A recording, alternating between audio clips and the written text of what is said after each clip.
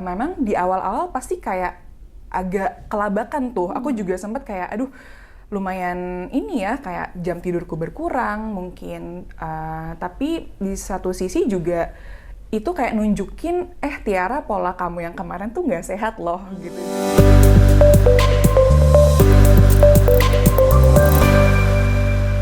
Assalamualaikum warahmatullahi wabarakatuh. Ketemu lagi nih teman LPDP bersama aku Intan Selni di podcast USA Teman LPDP. Dan hari ini karena kita sedang di suasana Ramadan gitu, jadi aku mengundang salah satu narasumber yang memiliki banyak banget aktivitas gitu ya.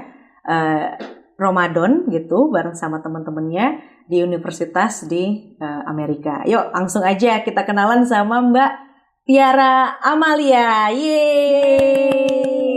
Bisa disapa dulu Mbak mungkin? Halo teman-teman semua, dan makasih Mbak Intan udah ngundang aku. Salam kenal, aku Tiara, baru lulus tahun lalu dari Harvard University. Yeay. Ngambil Master in Public Administration in International Development dengan beasiswa LPDP gitu. Salam kenal, aku hari ini mau cerita sedikit nih tentang pengalaman aku di bulan Ramadan ketika aku S2 di Amerika. Yeay, akhirnya loh kita ada salah satu alumni dari Harvard di sini. Yeay. Gitu. Thank you banget nih udah hadir bersama kita di sini Mbak Tiara. Dan langsung aja nih aku mau bertanya, karena ini masih fresh banget kan ya, tahun-tahun kemarin masih merasakan Ramadan di US dong, betul. Kayak gitu. Nah, sebenarnya gimana sih student Indonesia di Amerika merayakan atau dalam suasana Ramadan di sana?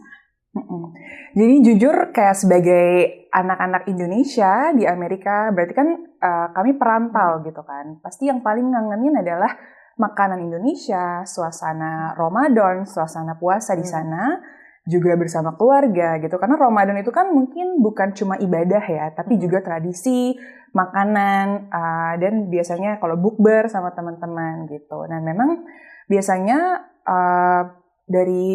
kebetulan aku juga aktif di Indonesian Association di Harvard gitu. Namanya HISA, Harvard Indonesian Students Association gitu. Aku waktu itu jadi co-presiden di tahun 2021 sampai 2022, dan jadi kami memang lebih aktif nih di Ramadan untuk ngundang teman-teman Indonesia, yuk kita bukber bareng gitu. Jadi kita pesan makanan Indonesia, terus kebetulan waktu 2021 itu ada Pak Khatib Basri nih juga datang gitu. Jadi beliau ikut juga buka bersama sambil kayak ada sedikit kayak sharing session. Bahkan waktu itu beliau juga ikut sholat Id bersama teman-teman Indonesia di Harvard gitu. Nah, ini serunya itu karena dirimu juga berpengalaman gitu ya di organisasi yang memang itu isinya ada student dari Indonesia gitu. Nah, boleh tahu nggak berapa banyak sih kalau yang kemarin ya yang pada saat kamu masih menjabat di HISA ya kalau nggak salah namanya, itu berapa banyak sih student Indonesia yang di Harvard? Ya, jadi kalau misalnya HISA ini bukan cuma untuk Indonesian students WNI, tapi juga untuk affiliates gitu, atau bahkan terbuka juga untuk teman-teman warga negara lain yang tertarik tentang isu-isu tentang Indonesia. Jadi bahkan partners gitu, atau kayak istri atau suami teman-teman yang ikut sekolah bareng juga kami dependennya ya. Jadi plus one-nya juga masuk ke dalam komunitas. Nah itu sekitar hampir 80-90 orang lah gitu dalam satu HISA tersebut. Dalam satu gitu. HISA ya. Kira-kira kalau misalnya dalam satu angkatan LPDP yang ke Harvard berapa tuh? Wah, kalau sekali aja, sekali berangkat ke berangkatan. Sekali berangkat ke Harvard gitu ya, mungkin angkatan aku itu mungkin bisa belasan lah gitu. Wow, it's pretty cool sebenarnya. Maksudnya lumayan banyak kayak gitu. Betul. Ya, tapi tentunya itu harus bisa lebih ditingkatkan ya. Betul. Gitu. Mudah-mudahan di tahun ini di seleksi LPDP ini mudah-mudahan harus jauh lebih banyak dong. Kalau misalnya itu belasan, mudah-mudahan dengan banyaknya sumber-sumber informasi, kemudian juga mungkin dari program-program Wisata Teman LPDP itu yang sedang kita kerjakan, mudah-mudahan bisa jadi puluhan, betul ya kan, yang ke Harvard gitu, bukan lagi belasan. Seperti katanya Pak Jokowi, pada saat melihat ke sana itu ternyata banyaknya bukan ke sana, bukan ke Harvard ya, tapi maksudnya ke US University ternyata lebih banyak student-student dari China, kemudian dari India gitu, atau dari Vietnam. Di Indonesia sendiri masih sedikit banget gitu. Mungkin aku ralat sedikit teman-teman, kayaknya kalau belasan tuh mungkin yang kepikiran aku adalah di Harvard Kennedy School gitu. Tapi memang dari 90 itu mungkin kayaknya bisa puluhan lah gitu. Mungkin aku harus cek pastinya gitu, tapi kira-kira lah ya. Memang kebanyakan sebagian besar itu memang dari LPDP, karena kebetulan 2021 kami ada kunjungan dari Ibu Sri Mulyani sendiri, dan memang kami HISA dipercaya untuk bantu organize kunjungan Bu Ani gitu ya, Bu Sri Mulyani, tolong dong siapin tempat gitu. Jadi kita ngundang teman-teman dari seluruh Amerika yang juga beasiswa LPDP untuk ikut gitu, Bu Sri Mulyani untuk ada sharing session, mungkin memotivasi teman-teman yang lagi merantau juga gitu. Ini menarik tadi selagi masih disinggung ya sama Mbak Tiara itu soal beasiswa itu memang bukan cuma LPDP gitu.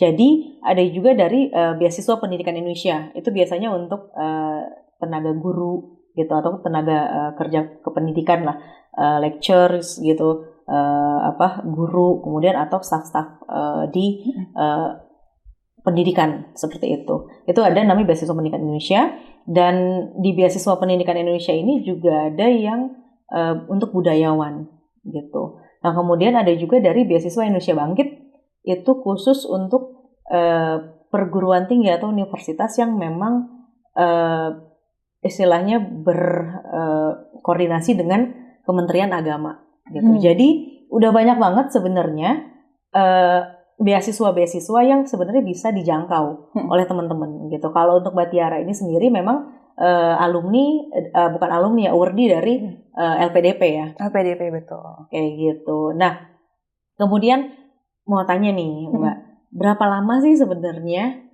waktu puasa di sana? Sebenarnya, nah kebetulan aku tuh berarti kan karena programku 2 tahun, jadi aku ngerasain 2 kali juga nih berpuasa. Sebenarnya alhamdulillahnya pas 2 tahun itu 2022 dan 2023 ketika hampir spring gitu. Jadi kami puasa hanya sekitar 13 jam lah gitu, nggak terlalu beda jauh dengan teman-teman yang puasa di Jakarta gitu. Jadi mungkin subuh atau setelah selesai sahur itu mungkin jam 5 pagi, lalu kita buka puasa itu jam 6 lewat lah gitu, 6 sore. Gitu. Jadi ya karena kan kebetulan ini memang di Harvard gitu, bukan yang daerah yang waktunya itu berbeda, karena di Amerika juga mirip kayak Indonesia, ada perbedaan-perbedaan waktu kayak gitu. Jadi masih aman ya, masih aman dan terbiasa ya. Cuman godaan lainnya mungkin di sana banyak mahasiswa asing di sana yang mungkin mereka minum depan kita udah biasa lah ya. Benar. Jadi memang mungkin untuk kayak menyesuaikan itu kan walaupun jamnya itu mirip, tapi mungkin kalau di sini kita apa-apa naik taksi gitu atau naik mobil gitu. Tapi kan di sana lebih jalan gitu. Terus nah karena spring itu mungkin nggak terlalu panas gitu, jadi masih manageable lah gitu. Tapi memang untuk hal-hal tertentu kayak waktu-waktu buka itu memang sebaiknya kita ngasih tahu gitu ke teman-teman grup kita atau kayak ke profesor, Prof mau izin saya ada buka puasa, saya ada ibadah, mungkin akan keluar sebentar misalnya untuk minum atau untuk makan gitu. Jadi memang walaupun kita minoritas gitu, tapi kita tetap harus kayak komunikasikan gitu atau let them know gitu, misalnya kita ada prioritas, kita ada ibadah seperti itu. Oke. So sebenarnya jadi di waktu-waktu buka itu juga sebenarnya masih bisa jadi masih ada perkuliahan ya. Betul. Oke. So itu jangan, jadi buat teman-teman mungkin yang akan ke US University gitu ya, mau dimanapun, mau di Harvard atau segala macam, ya mungkin lebih baik memberitahu ya. Itu tipsnya tuh dari Mbak Tiara. Jangan malu untuk memberitahu situasi kita. Betul. Kayak gitu. Nah, kemudian bisa ini nggak sih Mbak ceritakan lebih lanjut aktivitinya nih, gitu. Dari bangun tidur misalnya sampai yang biasa kumpul sama teman-teman mungkin selama bulan Ramadan. Nah ini menarik banget sebenarnya teman-teman, banyak banget sebenarnya yang aku bisa ceritain gitu. Tapi aku ringkas ya. Silakan.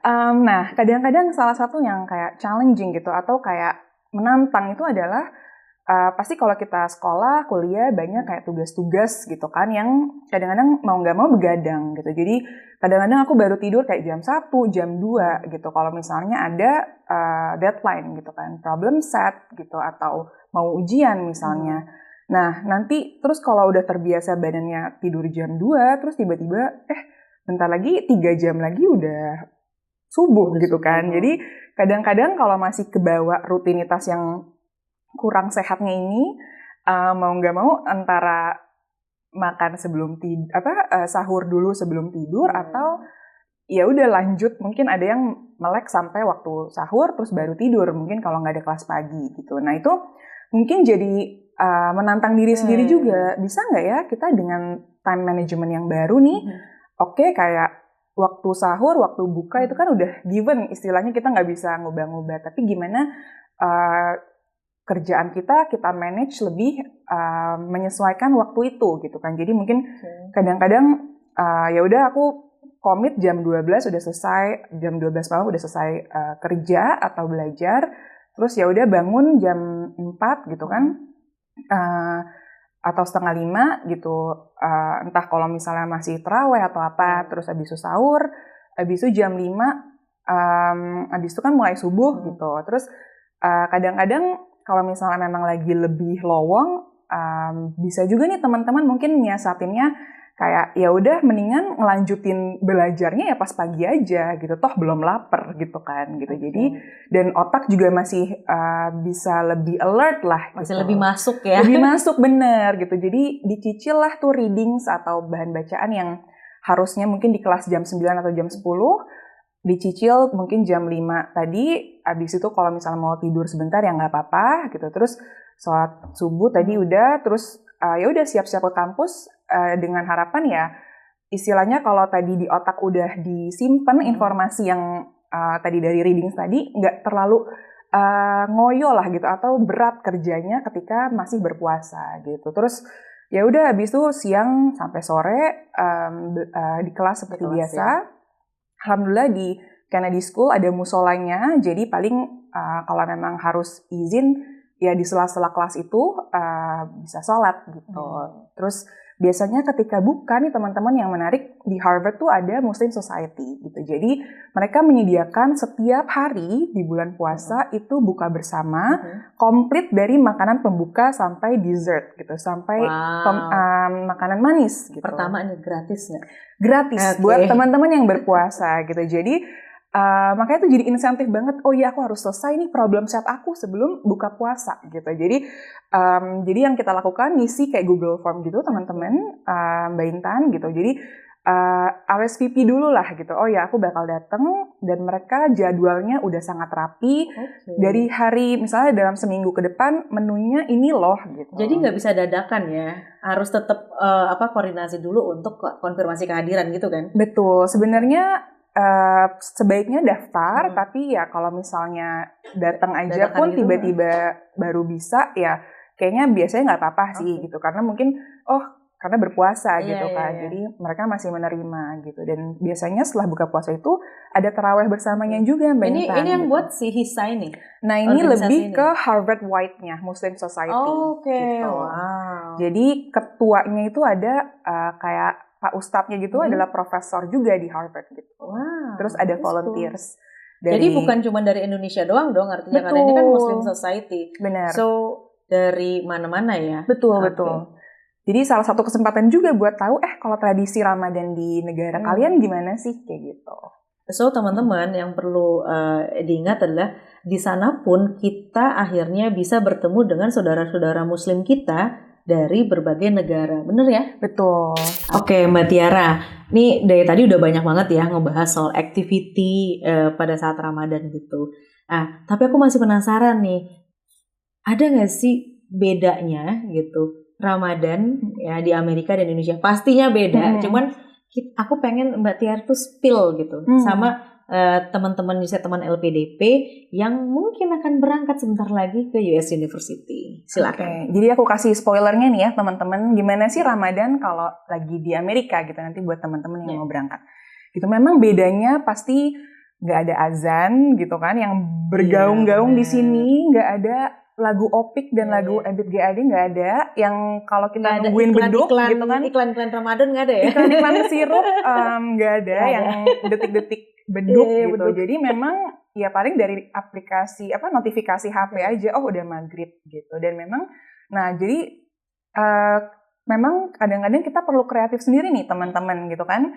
Gimana sih kita membangun kembali gitu, recreate apa yang kita kangenin sih di Ramadan di Indonesia gitu dengan keluarga, kita bawa nih ke Amerika gitu. Contohnya misalnya, nah ini yang lucunya juga, jadi 2 tahun kemarin aku Ramadan itu aku 2 kali ulang tahun juga pas puasa gitu. Jadi mungkin akhirnya kayak, oh gimana ya kalau ulang tahun dan Ramadan buka puasa itu kan identik dengan ya bersama keluarga gitu. Dan akhirnya ya udah aku ngundang beberapa teman-temanku, yuk kita makan tumpeng gitu. Jadi ini mungkin yang personally yang beda di Indonesia dan di sana aku ya masak tumpeng sendiri karena siapa yang masakin gitu kan.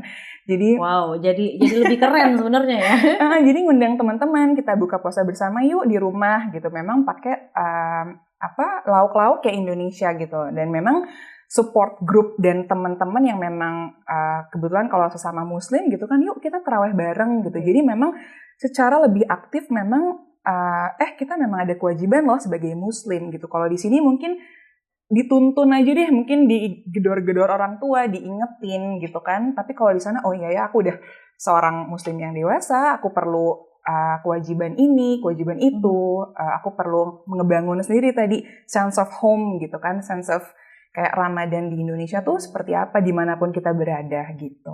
Ini benar-benar self managementnya bagus banget ini sih. Amin, semoga ya Mbak Tiara. Ini dari Harvard ya teman-teman, tolong catat.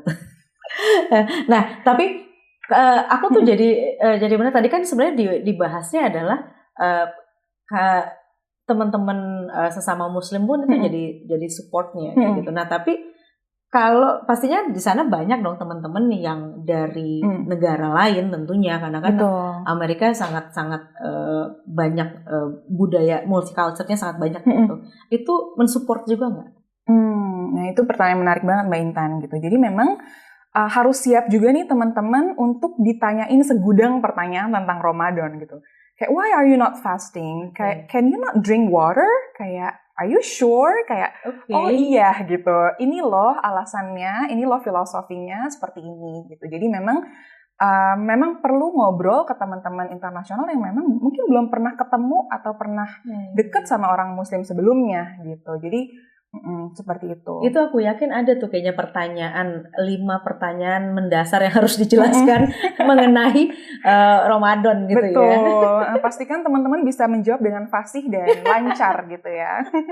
Oke, itu banyak banget ya pertanyaan dan selalu mengulang-ulang dong. Betul. Dan akhirnya pun jadi lucunya kadang-kadang kayak apa sih memang kalau buka puasa gitu. Jadi tadi yang aku sempat cerita yang Muslim Society, jadi sempat awal-awal tuh boleh bawa tamu lah gitu. Jadi beberapa temanku sempat ngebawa teman-teman yang non-muslim untuk nunjukin aja kayak ini loh suasana orang-orang berbuka gitu. Terus mungkin mereka ketemu sama petingginya atau ustadznya, mungkin ada beberapa pertanyaan untuk dijawab segala macam. Jadi memang terutama mungkin di lingkungan kampus ya teman-teman, orang-orang mungkin lebih open-minded, memang mereka mau belajar gitu. Dan di programku juga sempat ada kayak iftar party, di mana aku kayak ngenalin martabak gitu sebagai makanan kebanggaan Indonesia gitu ke teman-teman yang internasional. Dan mereka juga ngenalin kayak makanan dari Mesir, makanan dari negara mereka kalau mereka berbuka puasa itu seperti apa gitu, kayak manis-manisan segala macam. Nah, itu seru banget ya.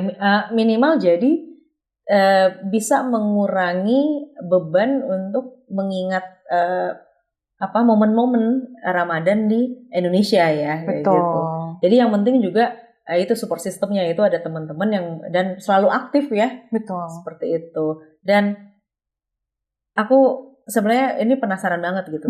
Apakah di Ramadan tersebut gitu itu mengganggu konsentrasi gitu belajar. Ini apalagi di Harvard gitu ya, yang kita tahu pastinya mungkin agak cukup lebih ketat gitu atau tingkat disiplinnya. Jadi mungkin bisa diterangkan nggak Mbak? Apakah itu mengganggu nggak sih konsentrasi dari belajarnya? Iya, mungkin pasti penyesuaian akan banyak sekali teman-teman, karena mungkin yang tadinya kita bisa agak seenaknya dengan badan kita, kayak diforsir sampai jam 2 pagi, terus mungkin bangun lagi jam 7 segala macem.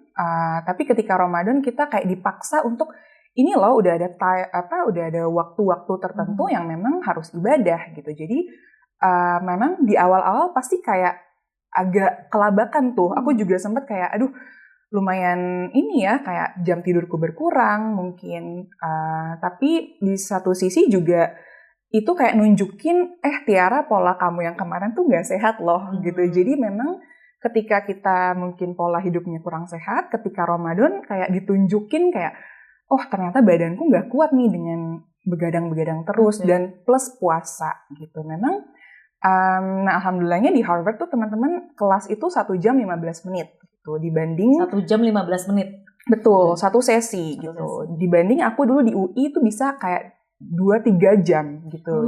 Jadi alhamdulillah untuk manage fokus tadi lebih doable gitu, karena tadi kalau misalnya kita ketika malamnya udah nyicil belajarnya, mungkin menangkap informasinya juga lebih ringan gitu. Nah ini menarik nih. Dalam satu hari kira-kira ada berapa kelas? Kalau satu kelasnya itu satu sesi 1 jam 15 menit ya? Biasanya rata-rata 3 mungkin ya, 2 atau 3 lah. Ya gitu. Sebenarnya lebih pendek daripada di Indonesia ya, secara durasinya. Jam ya.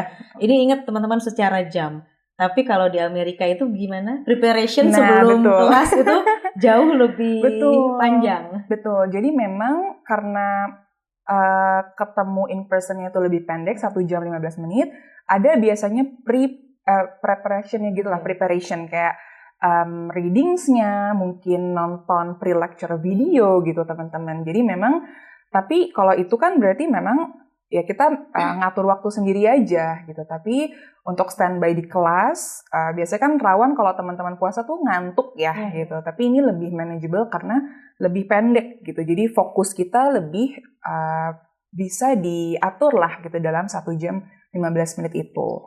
Keren banget beneran. Ini daging banget nih teman-teman yang kita bahas. Bukan cuma spill sedikit gitu, tapi ternyata ini loh kehidupan dia Harvard kayak gitu. Nah kemudian sebelum kita mengakhiri nih Mbak nih, karena kita udah panjang banget nih ngomongin dari tadi mengenai kegiatan di bulan Ramadan gitu ya. Yang pertama aku mau nanya sebelum the last question, kenapa memilih Amerika Serikat sebagai pilihan studimu? Oke. Kenapa memilih Amerika Serikat gitu? Jujur mungkin kembali ke beberapa tahun belakang, bahwa kadang-kadang terutama aku tertarik banget sama ekonomi gitu kan. Ketika kita baca buku ekonomi, biasanya nama-nama yang keluar adalah kayak ekonom-ekonom Amerika gitu. Atau kebijakan-kebijakan Amerika juga yang salah satu menjadi kiblat gitu kan. Jadi mungkin udah tertanam kali ya di otak aku bahwa maybe one day kayak I would want to study in the US gitu. Dan ternyata ketika S1 dulu aku di UI ekonomi, baca buku itu ada ekonom-ekonom namanya Danny Rodrik gitu, Stiglitz yang kayak mereka juga top di bidangnya, bahkan Stiglitz itu Nobel Prize winner. Dan ketika aku ke Harvard Kennedy School, Danny Rodrik itu adalah chair program aku gitu. Wow, jadi itu bahkan advisor aku gitu. Jadi aku dulu awal-awal aku jawab pertanyaan dia, kakiku gemetar jujur karena kayak dia sosok yang menginfluence banget gitu. Betul gitu, dan kayak Stiglitz gitu, aku bisa ketemu di mungkin seminar yang diadain di kampus. Jadi memang kayak memang Amerika itu memang membuka inovasi, membuka juga perkembangan teori ekonomi gitu. Dan di sana aku belajar banyak lebih dari sekedar ekonomi, tapi juga pendewasaan, juga bergaul dengan orang-orang yang juga dari latar belakang budaya yang berbeda juga gitu. Iya. Dan banyak ya alumni dari US University yang sekarang menjadi policy maker gitu kan ya, di Indonesia khususnya mungkin ekonomi. Oke Mbak Tiara, tadi kan kita udah banyak banget ngobrolin soal bulan Ramadannya nih. Nah, kalau pada saat malam takbiran nih, apa sih yang bedanya di Amerika sama Indonesia? Kemudian setelah takbiran, apa bedanya Idul Fitri di sana sama di Indonesia? Ya, jadi kalau malam takbiran tuh mungkin nggak seramai atau seheboh di sini kali ya. Kayak bener-bener di sini kan kayak merayakan hari kemenangan gitu. Oh, kita udah 30 hari berpuasa, ini saatnya kita merayakan gitu. Memang di sana lebih ya udah kayak antar komunitas aja gitu teman-teman. Jadi ya udah kayak setelah buka puasa yang terakhir itu berkumpul gitu kan, ngobrol antar komunitas gitu. Nah kebetulan kalau teman-teman Indonesia kemarin sebagian memang ada yang kayak ke rumah salah satu temen yuk gitu. Terus mereka kayak masakin kayak late night snacknya gitu lah sambil kita kumpul. Terus kita mainin di YouTube juga kayak takbiran gitu biar suasananya keluarga ada, suasana takbiran diiringi yaitu takbir dan alunan lagu itu juga ada gitu. Jadi sebenarnya pintar-pintar kita teman-teman tadi balik lagi ke membangun Ramadan seperti apa sih yang ingin kita bangun ketika kita jauh di Amerika gitu kali ya. Oke, nah kalau misalnya Idul Fitri nih, gimana tuh suasananya di sana? Ini kan ya udahlah malam takbir gitu, mungkin masih bisa kumpul karena pas malam ya kan udah off-nya study ya gitu. Maksudnya kalau pas Idul Fitri pagi-pagi lagi. Nah kalau di sana mungkin bedanya nggak ada mudik kali ya teman-teman gitu, karena ya paling beberapa orang yang mungkin bisa cuti aja dan mereka kembali ke rumah orang tuanya untuk silaturahmi. Nah memang kemarin itu di hari Idul Fitri nggak libur teman-teman, nggak apa-apa, nggak usah sedih gitu, tapi kita masih bisa tadi email izin kalau misalnya memang ada kelas kayak Prof, saya ada keagamaan, saya harus sholat misalnya karena saya merayakan Idul Fitri gitu. Nah biasanya akan selalu di-approve gitu istilahnya kalau kita memang mengkomunikasikan dari awal. Jadi bisa tenang ibadahnya, bisa berkumpul sama teman-teman. Nah si Muslim Society tadi teman-teman, mereka juga mengorganize gitu kayak sarapan bersamanya lah setelah makan bersama setelah sholat idnya juga mereka yang ngatur. Nah ada volunteers juga dari teman-teman mahasiswa di sana, siapapun bisa jadi volunteers. Terus makanannya mungkin bisa beda-beda kali ya tiap tahunnya gitu. Jadi mungkin bisa jadi kayak Middle Eastern gitu atau kayak kambing atau apa gitu. Jadi bisa macam-macam gitu. Dan setelah sholat bersama mungkin ya kalau antar komunitas Indonesia ya karena tradisi kita maaf-maafan ya kita membawa tradisi itu di sana gitu. Jadi maaf-maafan, terus yang kelas harus kelas misalnya, atau yang bisa stay ya ikut makan bersama. Bisa jadi habis itu juga kalau yang lagi nggak ada kelas, kita lanjut yuk gitu. Nah memang salah satu kemarin kalau nggak salah tahun lalu kami kayak nyewa mobil gitu sengaja ke New Hampshire gitu. Kalau nggak salah itu kayak 2 jam perjalanan dari Boston untuk ke restoran Indonesia gitu. Khusus tuh ya. Khusus mau makan lontong, mau makan nasi goreng, mau makan macam-macam lah, sate, apapun yang Indonesia banget. Kebetulan memang restoran itu yang punya juga orang Indonesia. Gitu. Jadi itulah momen-momen lebaran dan kebersamaannya itu bisa dari situ. Oke. Jadi sebenarnya ya pintar-pintar manajemen waktunya juga gitu ya. Kalau memang mungkin ingin day off class gitu ya. Jadi ya harus ngomong dulu kayak gitu ya. Oke, dan itu ternyata bisa ya. Dan akhirnya ya suasana bareng-bareng minimal gitu kan sama teman-teman di sana gitu. Nah, kemudian setelah itu tuh ada nggak sih pernah dengar nggak sih kayak ketakutan mungkin student di Indonesia atau calon student yang ingin keluar negeri khususnya ke US University ini, kalau jangan sampai mereka kadang-kadang punya persepsi negatif gitu ya. Gimana sih mungkin puasa di sana atau bagaimana sih nantinya Lebaran, takutnya mungkin nggak ketemu keluarga segala macam. Mungkin bisa berikan tips and tips. Iya. Mungkin teman-teman kalau misalnya gimana caranya untuk puasa tapi juga bisa bisa tetap kayak belajar dengan baik nanti kalau di Amerika. Yang pertama teman-teman tenang aja karena puasa itu kan sebenarnya memang salah satu cara kita mendekatkan diri kepada Tuhan gitu, dan sebenarnya bisa jadi malah fokus kita juga bisa bertambah karena memang diniatkan ibadah, jadi bisa jadi semua terasa lebih mudah walaupun memang ada ngantuk-ngantuknya sih gitu kan, tapi ketika mental kita kuat gitu, semua akan terasa lebih mudah gitu. Terus mungkin yang kedua, memang bisa jadi tadi kalau misalnya pernah nggak sih teman-teman setelah makan siang malah ngantuk gitu kan karena perutnya penuh gitu. Siapa tahu dengan puasa sebenarnya jadi tahu nih prioritas utama kita tuh apa sih sebenarnya gitu. Jadi lebih mungkin tipsnya adalah mengenali diri sendiri kali ya gitu. Jadi ketika Ramadan, ketika ada tantangan baru kasarannya dengan waktu-waktu yang sudah ditetapkan, sebenarnya cara belajar terbaik seperti apa sih yang teman-teman punya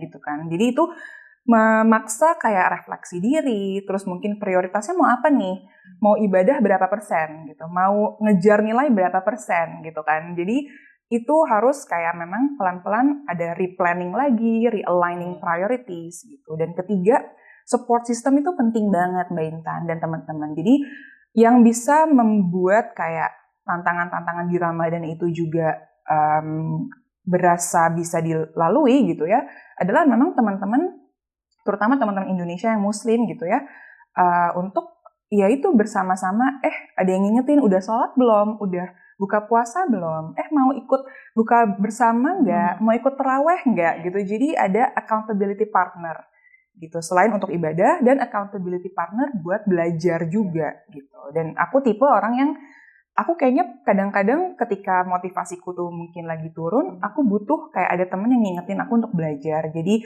sebelum buka bersama kita belajar bareng di perpus dulu yuk gitu. Jadi memang kuncinya ya itu niat yang baik gitu, dan yang kedua ya support system gitu untuk menavigasi semua tantangan tersebut gitu. Ya, dan artinya ketika misalnya di sana juga jangan takut, ternyata kan ada Muslim Society juga. Betul. Dimana kalau misalnya mau mengejar mungkin mendalami lagi kajian-kajian keagamaan kayak gitu, itu sebenarnya bisa juga malah di situ ada ustadznya malah tadi ya, kayak gitu.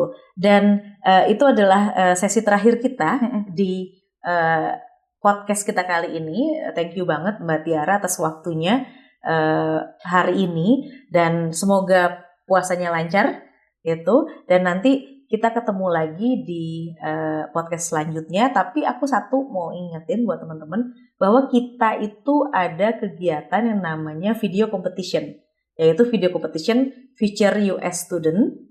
Dan di sini teman-teman baik yang alumni, terus kemudian yang yang alumni atau yang sedang berada di US, ataupun yang sedang ingin baru mulai, artinya mungkin calon mahasiswa di US University bisa ikutan nih gitu, Future US Student. Untuk informasi lebih lengkapnya nanti bisa cek di Instagramnya usa.temanlpdp.